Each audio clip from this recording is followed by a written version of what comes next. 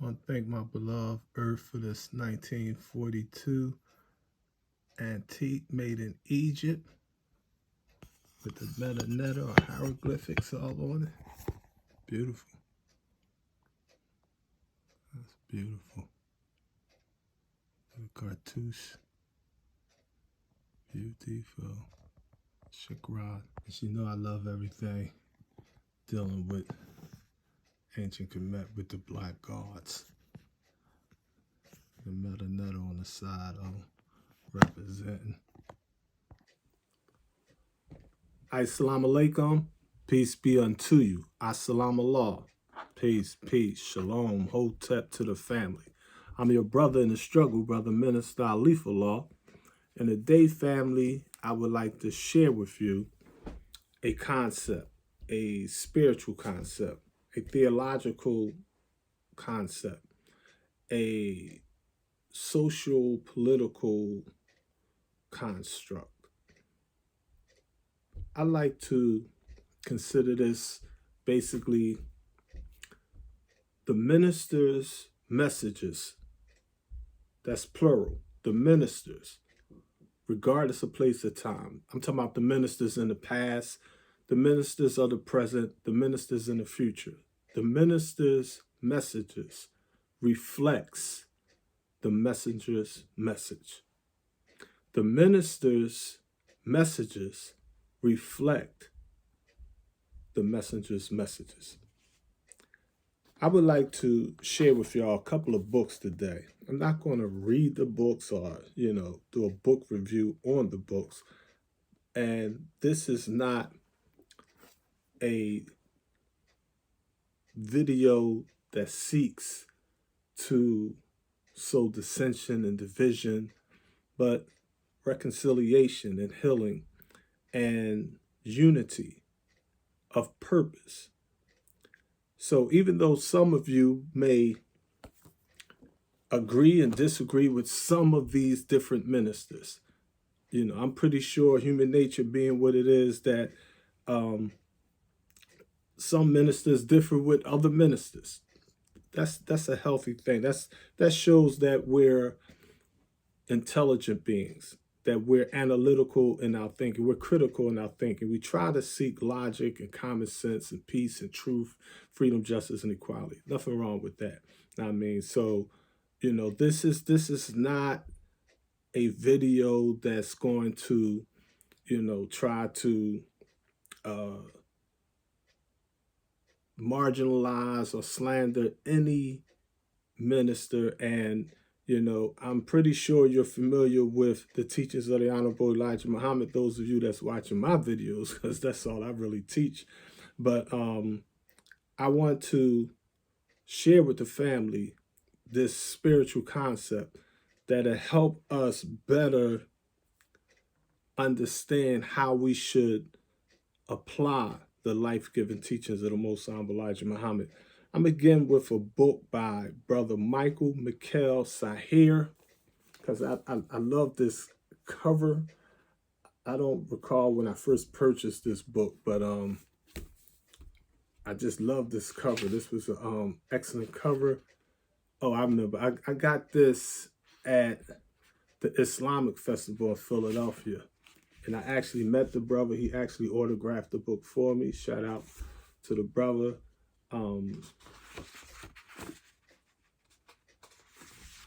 You can find his books online, but it was interesting when I walked by the table. I seen like, oh, the Honorable Elijah Muhammad, the man behind the men. I love that type. I love this picture here. This is a crack concept. Now, being politically correct, we could add some crack MGTs in there.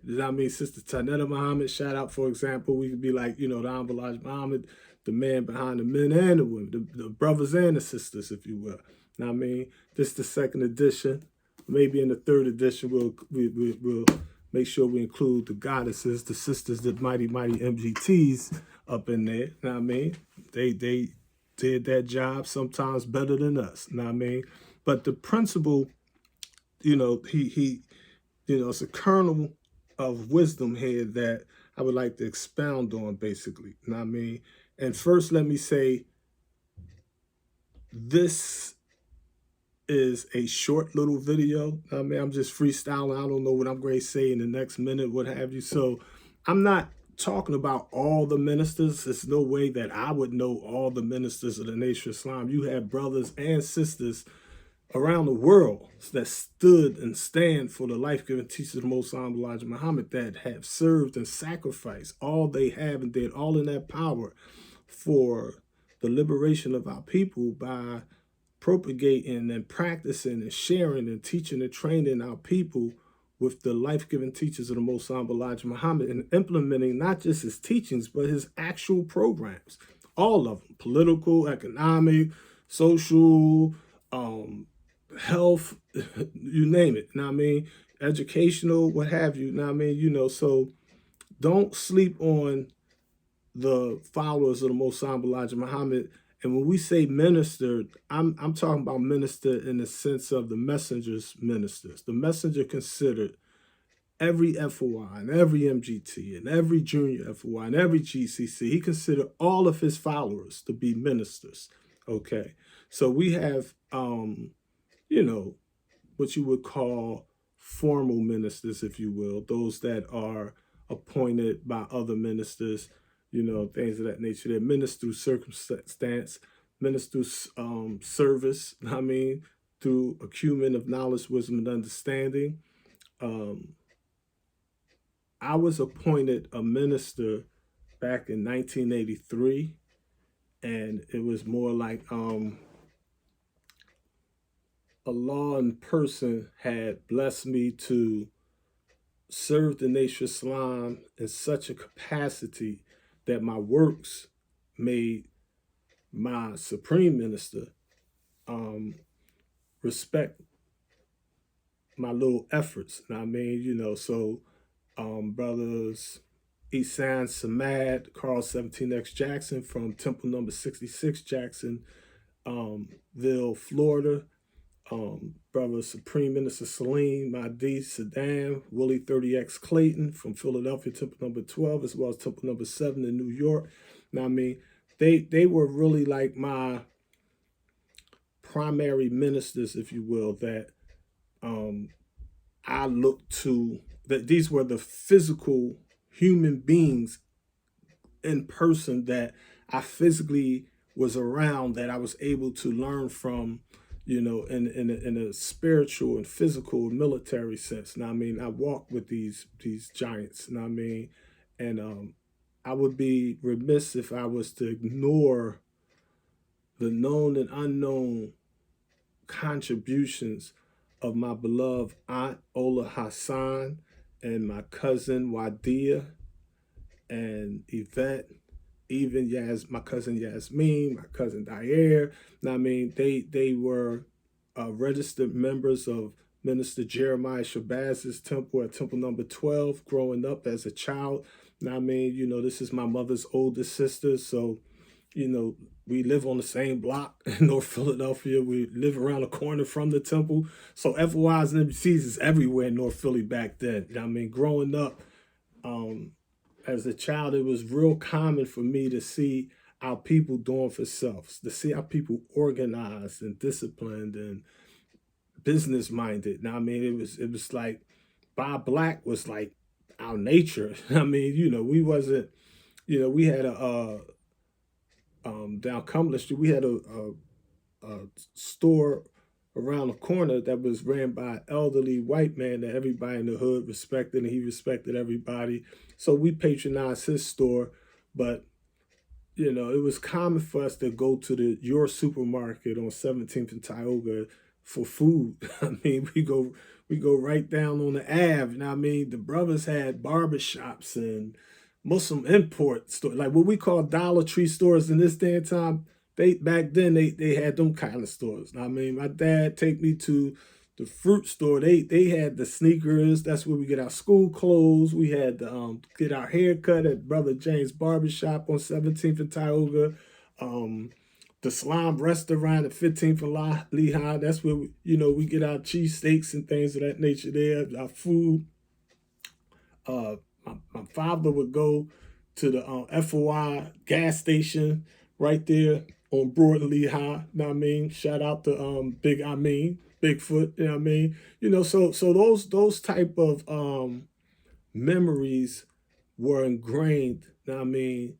As even in my mentally dead state, I knew that even though I wasn't in a cipher, I knew that the cipher was in the cipher. I knew that I respected the cipher. I knew that I admired what my aunt was doing. You know what I mean? She was she had her own business. You know what I mean? She was, self-sufficient in every sense of the word. You know what I mean? She had the wood ice stand outside. She did the hair. She had the daycare center. You name it. You know what I mean? She was making it happen by the grace of Allah. You know what I mean? Strong, fiercely independent and intelligent sister. And she always kept the Most Honorable Elijah Muhammad out front. Allah and his messenger, Master Muhammad, the Honorable Elijah Muhammad, that was her household. I mean, growing up seeing them, it was normal for them to wear that garbs. It was normal for me to see my cousin Yasmin, shout out to Yazzie. You know what I mean? It was normal for me to see them with that little Sister Claire Muhammad dresses on, that little Star Crescent lunch pails going to school. You know what I mean? Dair, they were GCCs. You know what I mean? So that psychologically was always in my subconsciousness. They didn't even realize that their good intentions, their niyats, and I'm not saying anyone is perfect in this world, or and in the other world, but I'm saying that the good that they did, the natural things they would do, like it was nothing for my aunt like to cook from scratch, to make vegan stuff, to make her bread puddings and bean pies from scratch, and navy bean soup, and eat raw garlic. And my grandmother lived down the street, and she was a Christian, love her to death too. You know what I mean? And but that side of the family, they ate pork, so I ate pork. But Iola, she was like, no, don't eat that pork. You know what I mean? She's like, what you have for breakfast? I'm like, so Scrabble and eggs. Scrabble? Oh, Stefan, oh, brother, come on in here, brother. Get in here. So I come in the house, and she give me a big wedge of watermelon. I mean, eat this watermelon. Now, I mean, sit on stuff. I want you to eat this watermelon. Now, I mean, flush your system out. You eat them trichina worms, scratched from the rat, cat, and the dog. And I used to be fascinated with the wisdom. I'd never seen Honorable Elijah Muhammad, so I really didn't know much where it was coming from. But I just like the private soldiers. I mean, I knew some twin FOIs, brother Dino X and Mario X from North Philly. Shout out. One of them, used to talk to my sister all the time. She had the Muhammad Speaks. My sister Donna had the Muhammad Speaks in her room on the wall with the pig with all the worms coming out of his mouth back in the day. I mean, so it was like me hustling, me running the streets, doing my stupid mentally dead stuff. It was nothing for me to like tell my homies like, yo, we don't eat pork. You know what I mean? Like, just on, like anybody that was over the Youth Study Center back in the day, I'm talking like the 1980, I mean, the late 70s when they had the Terror Dome. I mean, they had the you go upstairs 3C and all that kind of stuff. You had to rumble. You had to put the work in. You know what I mean? And but one thing about us as rebellious, as the devil considers wolf pack back in the day, I can't picture any of my friends eating pork. Like it was so dominant that even the devil knew, like, don't serve pork in here. You know what I mean? Like, nah. You know what I mean? Like, if we do the stupid stuff, we play with guns. I used to take bullets and scrape them on the street and shoot them so it come out like a hand grenade. I don't want a bullet to come, but like, watch this joint. You know what I mean? You shoot the gun, 4 or 5 pieces of fragment come out. You know what I mean? And in that stupidity, drinking Old English, smoking devil dust, weed, whatever, we knew when we go in the store, like, yo, my man, yo, nah, we don't eat the Italian hoagies. Give us the turkey hoagie. The Turks is the Muslim. Give us the Muslim herb. Now, we wasn't no practicing Muslims, you know what I mean? But it was the messenger's message that was so powerful that it would literally seep from heaven and drip down into hell. And we would get a taste of just a little sip of that wisdom, that water. In the depths of hell, in the darkness, we just get this light like, yo, we didn't even know where it came. I didn't know where it came from. You know what I mean? But later in my life, it dawned on me, oh, this came from the Honorable Elijah Muhammad. And then when I was so fascinated, it just consumed me. Like, that's people that know me be like, yo, that young boy, when he got to teaching something, it's like he became possessed. Like, yo, he literally, like, every lesson, every book. You know what I mean? You want to recite the messenger books? You know what I mean? Let's you want to eat to live, whatever. You want the military training, the combat wars. I love it. You know what I mean? All praises due to Allah. I was dedicated, still am dedicated to that. Not as disciplined as I used to be. You know what I mean? But we were fanatical with these teachers. We loved the messenger's message in this age of mess. And we knew that it was only the saving teachings of the Honorable Elijah Muhammad that gave us civilization, gave us consciousness. You know what I mean? And as time went on, I'm like learning like, oh, he got it from Master Fard Muhammad. Oh, Master Fard Muhammad got it from his father, Alfonso Shabazz. Some say Alfonso, ain't no P's in Arabic. A lot of people don't realize that, but Alfonso Shabazz. You know what I mean? Oh, he wasn't the source. He taught it to his son, but before he was born, there was other 24 scientists before that cipher got started. Well, before that cipher was another cipher of 24 scientists. 66 trillion years of these 24 scientists. And before them, there was just the original man, the black man, the Asiatic black man, the maker on the cream of planet Earth, God of the entire universe. And it was like it just made full circle. You know what I mean? You know, so here we are, and here we were in the wilderness of North America, blessed with the messenger's message to help guide us in this age of mess. So shout out to our beloved brother, Mikhail, for the Honorable Elijah Muhammad, the man behind the men. And this is what is getting lost, unfortunately, in this social media age that we live in. Now, I mean, we tend to fail to reflect, and we think that one or some of the ministers' messages are more important, are more truer, are more powerful, are more dominant, are more binding, are more legal than the messenger's message. But if you talk to any of the messenger's ministers when they're in their ministry, they will explain to you, and they have explained publicly numerous of times, that they were teaching the teachings of the most honorable Elijah Muhammad, the first, the last, and the only messenger of Allah who came in the person of Master Fard Muhammad, to whom all praises are due forever. So let's look at a couple of these things. I want to share with you one of the, now I'm not getting into Malcolm after he left the Nation of Islam, or Imam Mufti Muhammad after the Honorable Elijah Muhammad died and all that. I'm talking about when they were ministers appointed and recognized and teaching the teachings of the Honorable Elijah Muhammad. To me, that's when they was that creme de la creme. No one could take that honor and glory and majesty and importance from them. I wouldn't even attempt. Now, I mean, so shout out. First, we're going to look at Minister Malcolm X. Minister Malcolm X did so much to help the Nation of Islam. I can't even begin. Know what I mean?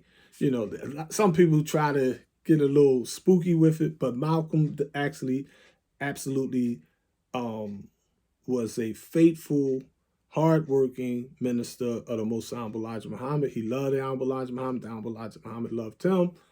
Like I said in this video, I'm not getting into the tricknology, the devil schism, the divisions that came up and things of that nature there, the change in the ideologies and philosophies and spiritual directions or what have you.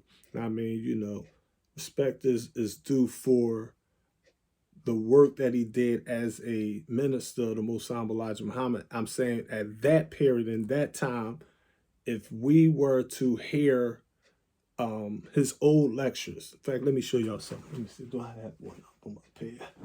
Do I have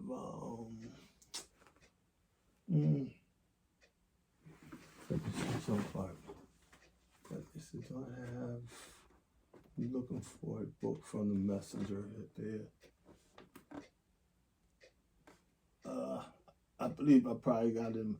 I got books all over the place. I got bookshelves all over there with the messenger books everywhere. But I'm gonna give you an example. Like say the Supreme Wisdom, the Honorable Elijah Muhammad's first book, Volume 1. Minister Malcolm wrote in the messenger's message for the messenger in 1957. Yeah, they had disagreements and problems as time went on. By 1965, you know what I mean? Of course, he wasn't in the nation, you know what I mean, and start teaching the organization African American Unity, the Sunnah of Prophet Muhammad 1400 years ago, what have you. But after all of that, like 10 years later, let's say 9 years later, say in 1974, for example, 1973, when the Honorable Elijah Muhammad published the Supreme Wisdom, he kept photo for photo the exact same original pictures of Minister Malcolm X in his books. He kept 100% word for word of the truth that Minister Malcolm X taught in his book. He did not delete it. See, in ancient Egypt, when they disagreed with Hatshepsut, now I mean, is the female queen, when the sister stepped up to the plate, now I mean, some people, you know, felt as though she should have never been a god or a pharaoh or a goddess. So they literally tried to erase her from history. Same thing with Akhenaten. I mean, you know, it's like, I'm not into censorship. I mean, you know, it's like that's not my personal thing, you know, but in history, I understand Hitler and them burning books. I understand the Christian crusaders, when they come somewhere and they see the ancient manuscripts, they consider them books of the devil. So when they went over like South America, they would burn their codexes and destroy ancient records, you know, and that's a control mechanism. Honorable Elijah Muhammad, he could have easily tried to control the legacy of Brother Minister Malcolm X's good works, but he's like, nah, I mean, he recognized and respected that, so he kept it as it was. I mean, you know, I'm talking about ministers, but to be fair, to be just, I have to give respect to the nation of gods and earths, known as the 5%ers back in the day. So I have to give recognition to Father-in-Law, also known as Clarence 13X and the 5%ers. Now I mean, the Law and Justice, First Nine Born. Shout out to Brother Wakila Law. You know, you notice I don't have both. I got all his books somewhere. I got Dr. Wesley. I support y'all and everything y'all do. That's like, yo, what? Y'all always dropping jewels, but even though Father-in-Law wasn't a technical minister, ordained like they would be in a church, whatever, he definitely had. No one could. I know I can't deny the spirit of Master Fard Muhammad And the Honorable Elijah Muhammad's teachings was he showed and proved that the black man is God. He ain't just show and tell it. He was showing and proving it. And I mean, again, no FOI, no MGT is perfect. I mean, he didn't claim to be. He didn't. He wasn't coming with nothing spooky. But as far as teaching the teachings of the Honorable Elijah Muhammad and moving according to his God wisdom, the proof is in the pudding. Literally, in 2023, he changed the world. Know what I mean? And I personally had and have a lot of theological and spiritual disagreements with Imam Warfdeen Muhammad, but always respected him in the sense of when he was a follower of Elijah Muhammad. I even in my early years, I always read his books, and I seen how he took over the Nation of Islam. See, a lot of people slept on this man right here, Imam Warfdeen Muhammad. Know what I mean? Wallace Delancey Muhammad is as his birth name. Know what I mean? But one of the things that stood out with him that I was like, I always heard that he studied the Quran and he knew the Arabic and the things of that nature. He absolutely knew that, and that definitely inspired him and moved him towards a more orthodox version of Islam. Know what I mean? But when he was with the FOI and teaching as a minister of the Nation of Islam, the thing that really got me was not his dissertations on the Quran. I don't care if he taught the Bible to me better than all the ministers of the Nation of Islam. This dude knew scripture. Know what I mean? Like, you talking about somebody that can break down the Bible from Genesis to Revelations. Deep dude. Know what I mean? So in that sense, the respect is there. Know what I mean? Of course, I'm not with anyone that leaves the teachings of Elijah Muhammad. At that point, I gotta leave you. Now, I mean, much respect, still love you, but I still love these, the brother and sister. Know what I mean? So we gonna definitely give Wallace his props. Know what I mean? Now, this next book I want y'all to look at is a man that, to me, he's like, you know how you say in boxing you got an underdog. You know what I mean? It's like Rocky, and he knock out the boy at the end and all. He's like the undergod. A lot of people underestimate. See, when you look at a minister, you be like, oh, he don't have the money like this guy. He don't have the numbers like this one. He don't have the lofty buildings. They don't have the shiny publications like this one. Those trinkets don't make you a minister. It's the careful observance of duty, family. I mean, so I absolutely have to give respect to Brother Minister Silas Muhammad. Let me show this picture on the back of the book. Brother Minister Silas. Now, I mean, the God Silas. Y'all don't understand see, us ministers, we have spiritual wars. I mean, because we're fighting and vying with each other for what is right. We're trying to maintain and preserve the life-giving teachings of the Most Honorable Elijah Muhammad. You know what I mean? And, this brother may have a piece of the puzzle. This one may have another piece. This one may have a piece. This may have 2 pieces. He may have 8 pieces. He may have 90% of the puzzle, whatever. You know what I mean? So we be struggling and vying to, like, get the pure teachings of the Most Honorable Elijah Muhammad to you, the raw teachers of the Most Honorable Elijah Muhammad. You know what I mean? So the minister's messages reflects the messenger's messages. And in that sense, I cannot deny the worth and works of the Honorable Brother Minister Silas Muhammad.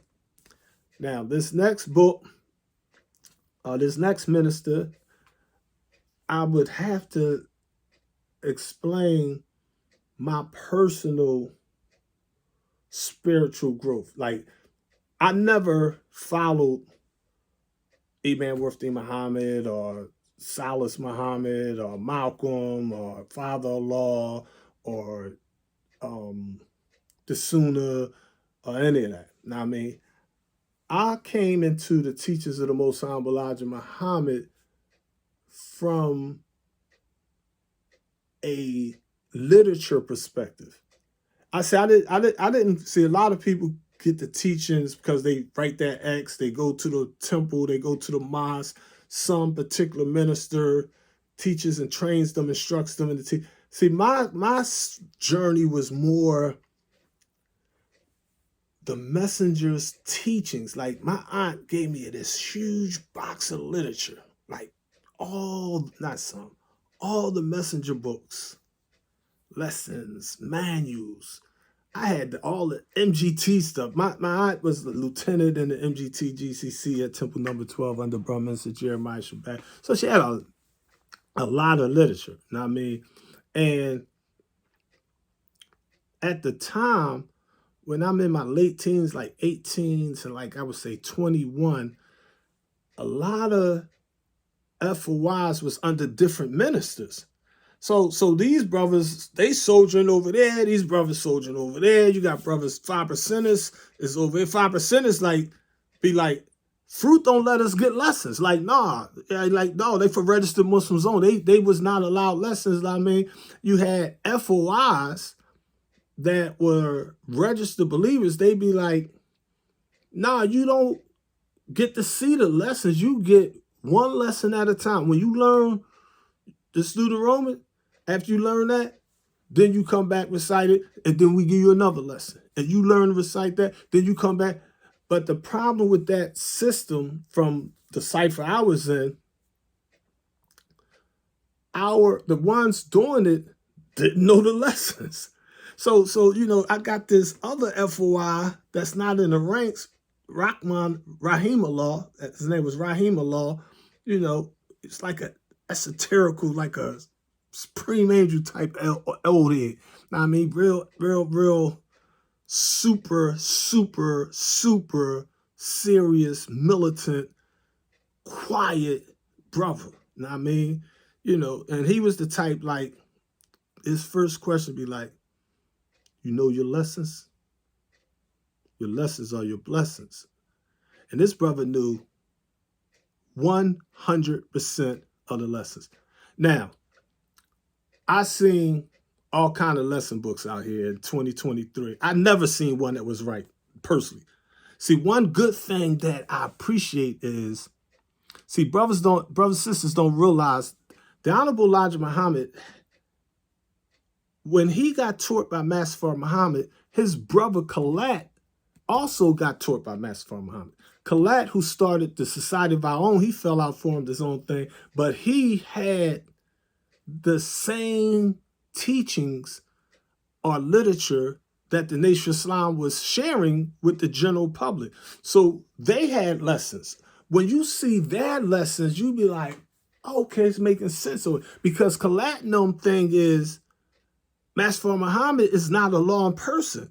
He know Master Muhammad as Prophet W.D. Fard, and he know his brother as the Supreme Minister, Kareem Abdul Muhammad. He like, that's Kareem. Now, I mean, you know, and as you know, it's time. The message said he rejected the name Abdul because they didn't know what it meant at the time. So you had different ministers forming different branches of the Nation of Islam way back in the 30s, in Detroit in particular. So, I mean, Detroit, Chicago, now I mean, Washington, D.C., different places. But I'm pretty sure as time moves on, the archives and things of that nature. But what you're going to notice in this literature, one good thing I love is how Master Muhammad's secretary, it took like, almost 40, 50 years or something. But she finally explained, like, yo, I'm the one that typed them lessons. And she explained she made mistakes in doing it, and how mad the message used to be about her manually have to type these lessons. So it was nothing spooky with the lessons. A lot of people get spooky with the lessons. Know what I mean? But the written versions of stuff are still around. Know what I mean? Like 99.99% of the general public is familiar with the tapes of the Theology of Time, the transcripts of the Theology of Time from like Secretariat's Memphis Society. They did an excellent job. But when you meet like old brothers, like you know, I got family members to be like, yo, I used to be the investigator for Temple Number 12. And, you know, he's doing life in prison or whatever. But he had literature. I'm like, yo, he got the handwritten notes directly from the Most High Elijah Muhammad on the Theology of Time.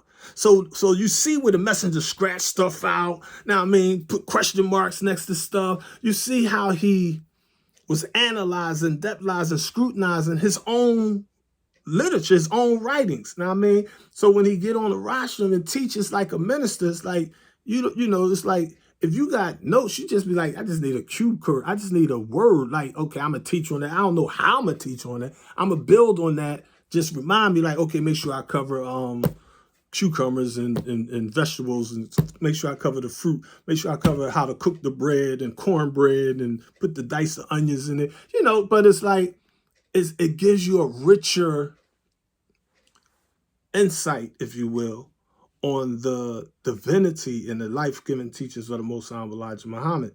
You know what I mean? So when I was like looking for that external spiritual magnet, like who was the one that I looked at like, that man is the one, like the messenger himself. It was this brother right here. I know. Y'all like, is you serious?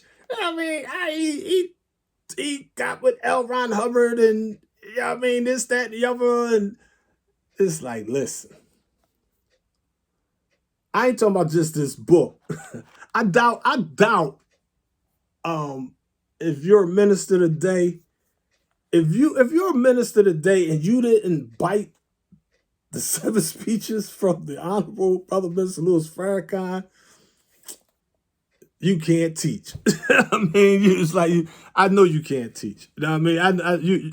I know you bore the people to death. You know what I mean? He just had that natural charisma. He literally, as he grown up in the music world, he wasn't just a charmer musically, but spiritually, it's like, yo, this is the man that literally, I'm like, that's the Aaron I read about that's with Moses. That's that Peter I read about that's with Jesus. That's that Ali I read about that's with Prophet Muhammad. That's that Farrakhan that I hear on them old tapes that I'm like, he's still holding power. That's right. That's the one right there. Know what I mean? Was he perfect? Is he perfect? Of course not. He never claimed to be. I mean, y'all so spooky with the spooky stuff. Know what I mean? But it reminds me of a saying Prophet Muhammad reportedly made. I don't believe in hadiths, but you know, the essence, the principle was a good principle that just stuck with me. They asked him basically like, was he holy? And I don't know if he told him to go get it or he showed it to him, whatever. But he basically showed them a pure, filthy garb. And it had a clean spot on it. And he basically was like, this is y'all. I mean, flawed, but he got some good. You know what I mean? He said, he showed them another garb. It was pure, white, clean, but it had a speck of dirt on it. He's like, this is me. You know what I mean, I'm holy, but I'm flawed. I'm a human being. Of course I got, the sun got spots. You know what I mean? That's human nature. So, when I was able to go on that spiritual journey in the Nation Islam's teachings with the Honorable Brother Minister Louis Farrakhan. Now, he's wherever he's at, traveling around the world doing whatever. But his teachings, his works, is reaching not just me, but all kind of people. I can't even, I mean, getting into all that, but I can speak from my personal perspective. Like, if I see him on 60 Minutes, if I get read the Final Call, and I'm, you know, I'm talking the Final Call. Like, y'all got nice, beautiful, um, professional, published Final Calls today. When Farrakhan and them first started, the Final Call was like, the Final Call was like, the, the Final Call looked like this kind of stuff. This is how the Final Call used to be. It was just on regular, long legal paper. I mean, you know, and they used to be radical. They used to be radical. You go back and get them early editions. You be like, yo, I mean, you know, they was raw. You know what I mean? And that spirit of the minister, I'm talking the young Khan. You know what I mean? The Farah Khan. That's the angel leader. Farah, angel, Khan, leader. Genghis Khan, any Khan is the leader. You know what I mean? Farah Khan. You know what I mean? You know, he was representing the Most Honorable Elijah Muhammad all over America, on the streets, in the hood, in the trap houses, in hip hop, in the rich community, in the suburbs, in the prisons, in the hospitals, in the rehab, on the corner with the pimps and prostitutes. He was waking us up in Africa, in Europe, in Russia, in China, in Cuba, in Jamaica. Now, I mean, it was like his works speak for itself. Now, I mean, and so when you know, as brother Minister Jabril Muhammad put it one time, now when you're traveling with the wise man, you're traveling with Khan like that. Now, I mean, you know, it's like you're gonna do some things you be like, huh? What you talking about, Khan? I mean, you know, but it never made me think he was going to leave Master Fard Muhammad and the teachings of the Most Honorable Elijah Muhammad. I understand he went with Wallace and left the teachers for a minute. I understand the history. Now, I mean, you know, Silas Muhammad stood up first, August 1977. 77? In 1977, Farrakhan stood back up in September. I'm trying to think it's 77 or 78. After 3.5 years, put it like that, 75, 76, 77, yes. 70, after 3.5 years, 77. Now, I mean, and a lot of people be like, it was the works, it was Silas' stand that sparked Farrakhan's stand. But, you know, I seen all of the papers and stuff, Farrakhan with his kufi. He was with Wallace. He was this, you know, national spokesman for Imam Worthy Muhammad. Wallace and them, you know, they were doing the Bilalian thing and all that. But you can see from 1974, Farrakhan loved the messenger. In 1975, he loved the messenger. 1976, he loved the messenger. 1970s, he never stopped loving the messenger. But he explained his niyat or his intentions himself. So I'm not even going to I'm not even going to insult the reminder's intelligence by even elaborating or second guess. I'm like, you got to go listen to his tape, read his books, ask him about that. He already explained all that. But I'm saying from what I see, I seen even when he was with Wallace, he loved the messenger teachings. Now, I mean, you know, he loved the messenger's teachings. Now, I mean, and things were what they were. Now, I mean, now, my external minister, I just happened to live like 5 minutes from him. I mean, so it was like, I lived in North Philly, so I had to ride and die with Brother Minister Jeremiah Shabazz. So we always, you know, like this brother here was like, he wasn't just like a minister. He was more like, how would I, for me, Jeremiah was like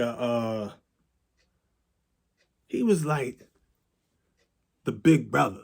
You know what I mean? Like I would never, it never even dawned on me. I would never even question any requests he gave me. You know what I mean? Like Jeremiah was so loved in North Philly. You know what I mean? At his strongest moments to his weakest moments, Jeremiah was just respected and loved. He was so loyal and hardworking for the Most High Elijah Muhammad. It was like, but he would like have his beats with Farrakhan, even Sister Tanetta Muhammad, that I am like, I can't ride with all that. I mean, see, anybody know me, I'll be like, nah, I'm not, even when I was in my ministry and I used to have, my thing was unity. Like anybody know me, like, yeah, Alif, in the 80s, he had united Salas Muhammad ministers, Jeremiah ministers, the 5%, the Moors, the whoever. I mean, if you're about the struggle, it's like we're brothers in the struggles. Know what I mean? Like minds and similar burdens. Know what I mean? So my thing would be like, all right, listen, this is how we going to do this. We're going to do this like this. I know some of y'all don't like Farrakhan. I know some of y'all hate Farrakhan. I mean, but if we're going to do this operational unity thing, this is what we're going to do, because you're coming in our house. All right? We recognize Master Muhammad as the supreme of law.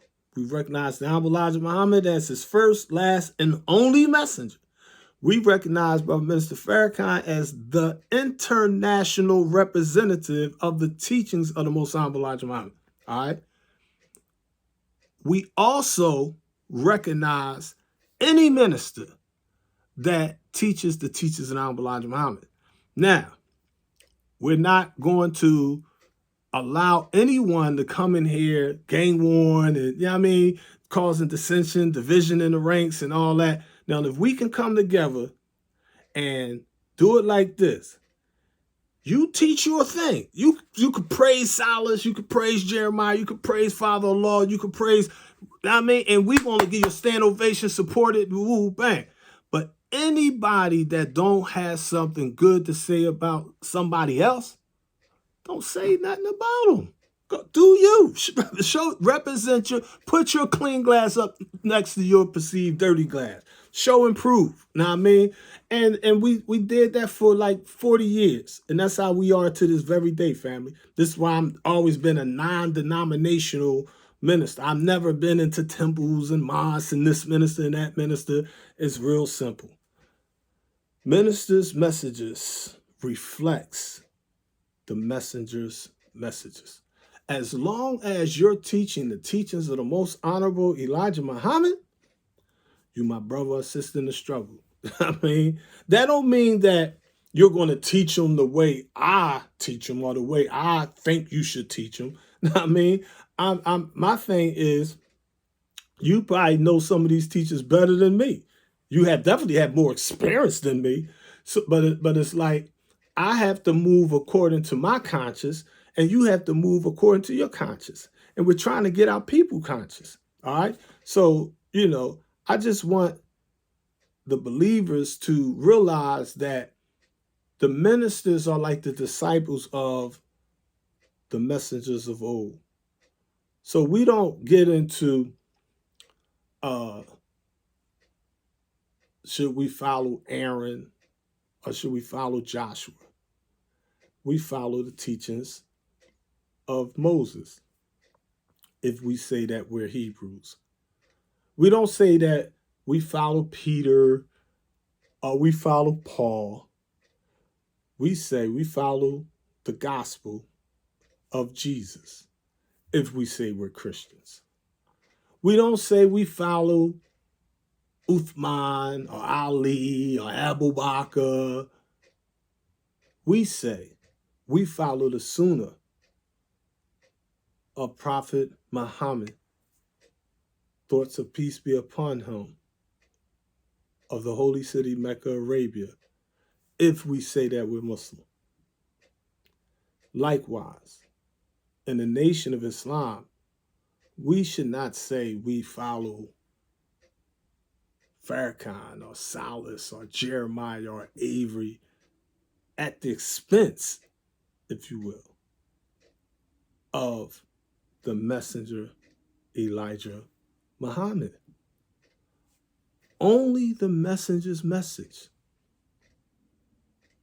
will guide us through this age of mess. The struggle continues. One love, family. Peace.